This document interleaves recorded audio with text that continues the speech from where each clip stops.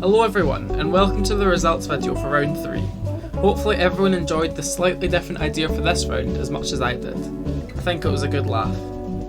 So, quick overview for the round. The power outputs of the different cars was pretty interesting, with the lowest being 183 horsepower and the highest being all the way up at 403. Only 2 of the cars were naturally aspirated and the rest all used a turbocharger. There was an interesting split between the drivetrain choice between the different manufacturers. There were 6 front-wheel drive cars, 6 all-wheel drive cars and 2 rear-wheel drive cars. Surprisingly, no drivetrain appeared to have an advantage over another, as all the drivetrains were spread across the field fairly evenly. Finally, the lap times at the front were super close. Just 2 seconds separated the top 7 times, and just 4 seconds separated the top 10. First up, we have the Mikado RPX RS Mark II, second place in the automation scores with a 56.7 average. Up next, we have the Ghana Garnet SP, second place in the automation markets and third place in the automation scores. Here is my entry, the Thistle Kelpie Pioneer, second place in lap time for me for 1 minute 3.6. Here is the Dreamer Motors Kawaii Shogun Yaru, third place in the automation markets with a score of 127.9. Here is the Extro Motors Zen Cross S. This was the only V8 entry out of all of the cars submitted. And on the other end of the engine scale, we have the Tippin Motors SFE Base, which was the only inline 3 entry in round 3. Now we move on to the car with the highest sportiness score, 56.1, the Enemy Super Trooper SR. Here is the car with the highest drivability and fuel economy for round 3, the Montagna Bianca Storno. Now onto the Auto Delta Reparto Corse Jota, one of only 2 rear-wheel drive entries this round. This is the most powerful entry of round 3, with 403 horsepower, the Tomahawk Voltus Riser S25 Ti. Here is the Smoons Racing Swoop 4.0, a third place on lap time this week for 1 minute 4 seconds point 2. The Seniero Racing H260 S Sport, first in the automation markets with a score of 151.3 and also managed to top every single market category. Now, they didn't top a single automation score, but they still came first in that category with an average of 57.8.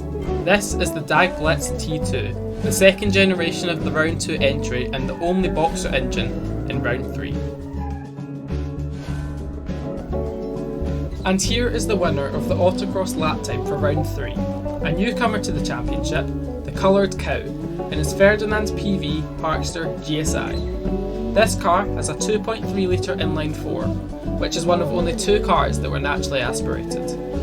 It's pretty low in power compared to the other cars, at just 192 horsepower, but that clearly didn't slow it down.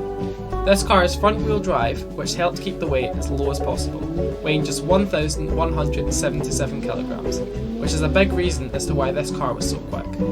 Although, it was the only front-wheel drive car in the top 5, so who knows what the best choice was. The double wishbone front suspension and multi-link rear also helped the car maintain grip through the corners. The final time of a 1 minute 3.4 seconds was just 0.15 seconds quicker than my best time.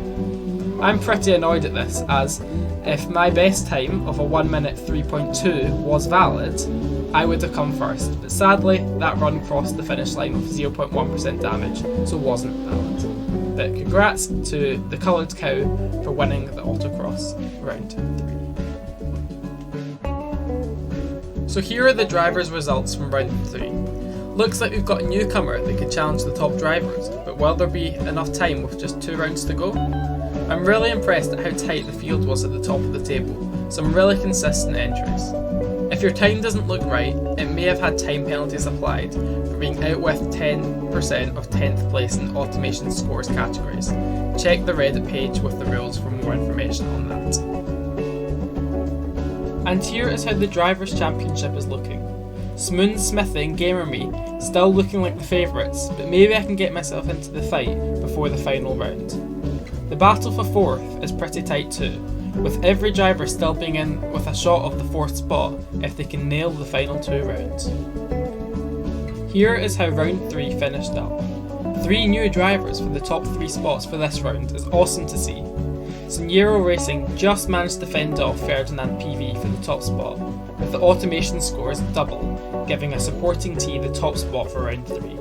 Also, really nice to see 9 different podium scorers for the different categories this week.